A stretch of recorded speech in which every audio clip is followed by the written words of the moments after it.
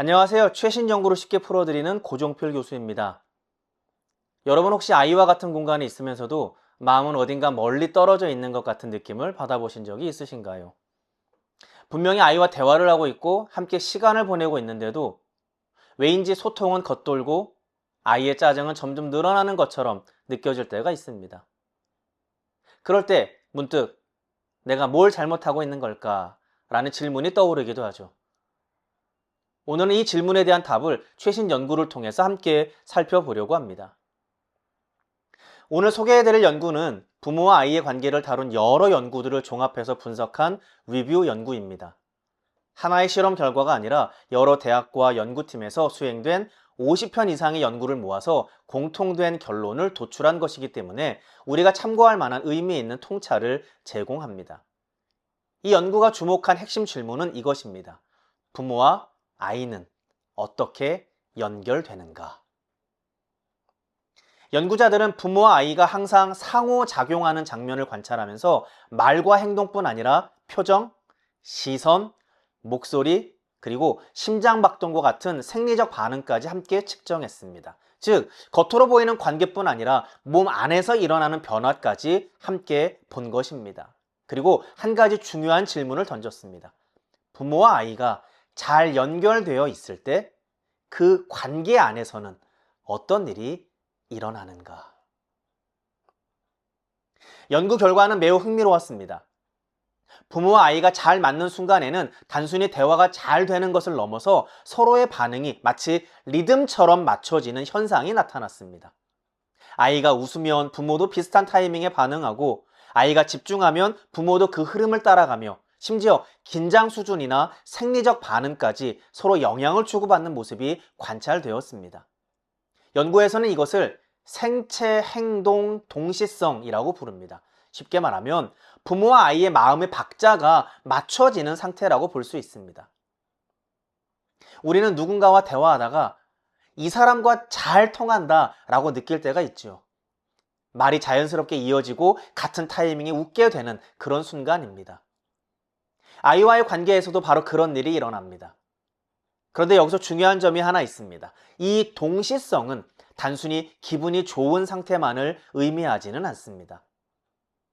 연구를 보면 불안하거나 긴장된 상황에서도 부모와 아이는 서로 영향을 주고받으며 맞춰질 수 있습니다. 그래서 중요한 것은 단순히 맞춰지는 것이 아니라 어떤 감정을 함께 나누고 있는가입니다.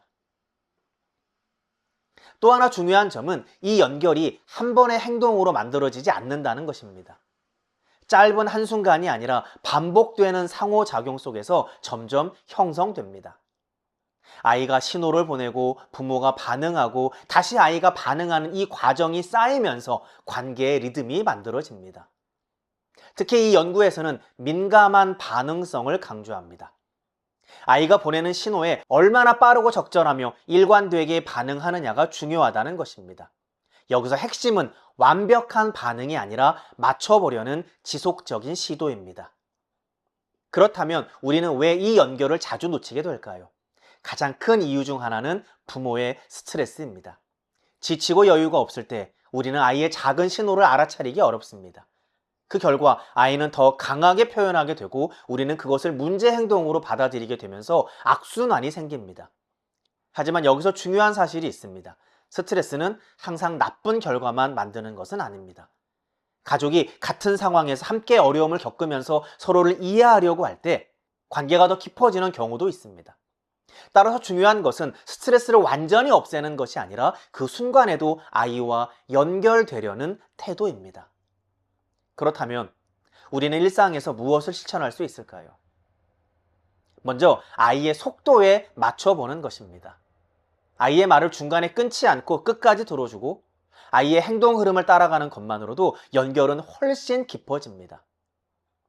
다음으로는 아이의 신호에 반응하는 것입니다. 아이가 엄마 봐 라고 말할 때 잠깐이라도 바로 반응해 주는 것만으로도 아이는 강한 연결감을 느낍니다. 또한 아이의 감정을 따라 말해주는 것도 중요합니다.